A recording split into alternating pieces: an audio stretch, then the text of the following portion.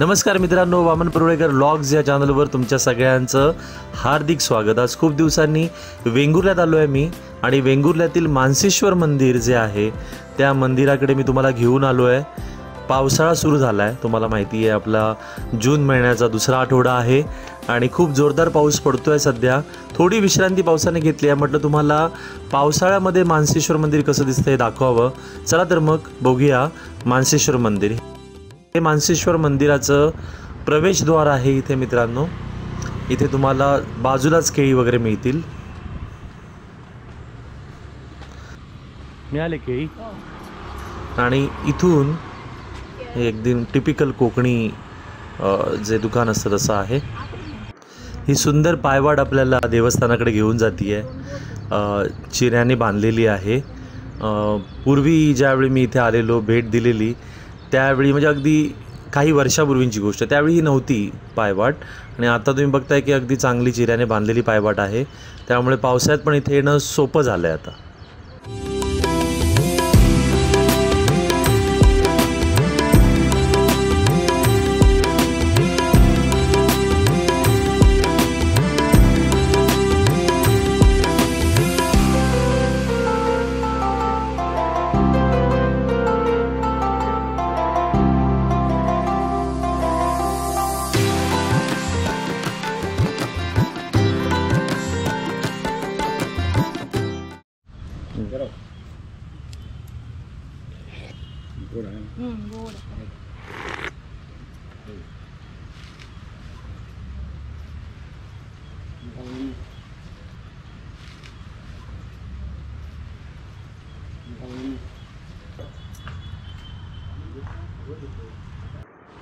मित्रांनो, हे जे तुम्हाला दिसत आहेत ना, ह्याला निशाण काठी निशाण असं म्हणतात आणि या देवस्थानाचे वैशिष्ट्य आहे, लोक नवस बोलतात आणि ते नवस जे असतात त्या नवसाचे जे निशाण असतात किंवा जत्रेच्या वेळीही लोक निशाण काठी घेऊन येतात आणि इथे निशाण अर्पण केली जाते देवाला, निशाण लावलं जातं।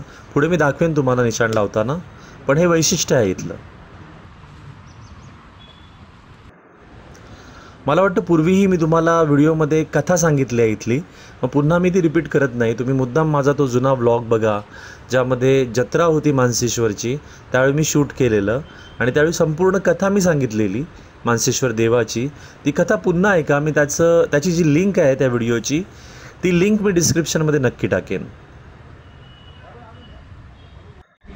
किती प्रसन्न वाटतंय बघा। मंदिरात गेल्यावर दोन गोष्टी असतात मित्रांनो, एक तर तिथलं जे वातावरण असतं आणि अगरबत्ती किंवा धुपारती जे काही दाखवलं जातं त्यामुळे ते वातावरण अधिक प्रसन्न बनतं। तुम्ही या वातावरणाचा अनुभव इथे घेऊ शकता। कोकणात ज्यावेळी फिरायला याल, वेंगुर्ल्यात याल, त्यावेळी इथे नक्की भेट द्या।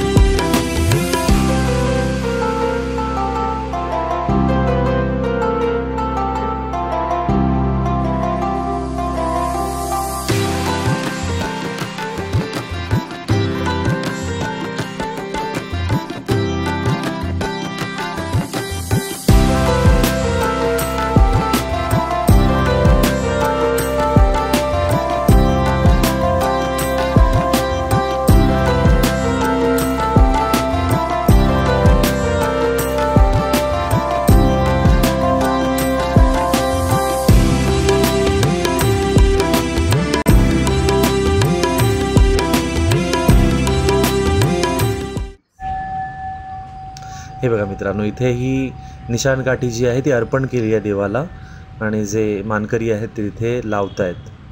बाकी तुम्ही नदीचं स्वरूप बघताय, सध्या पावसाळा असल्यामुळे पाणी गढूळ झालं आहे, पण तीही मजा वेगळी असते। सो मित्रांनो, अशा प्रकारे मी तुम्हाला मानसेश्वर मंदिराची एक छोटीशी सफर घडवली, मिनी व्लॉग केला मी शूट।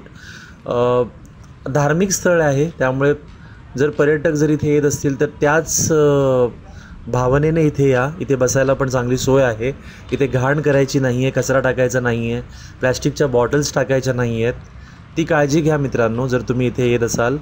हे ठिकाण खूपच प्रसिद्ध आहे त्यामुळे मी सांगायची गरज नाही आहे की हे देवस्थान इथे आहे आणि इथे बरेच जण भेट देत असतात। पुन्हा एकदा सांगतो, धार्मिक स्थळ आहे त्याचं पावित्र्य राखा. धन्यवाद मित्रांनो.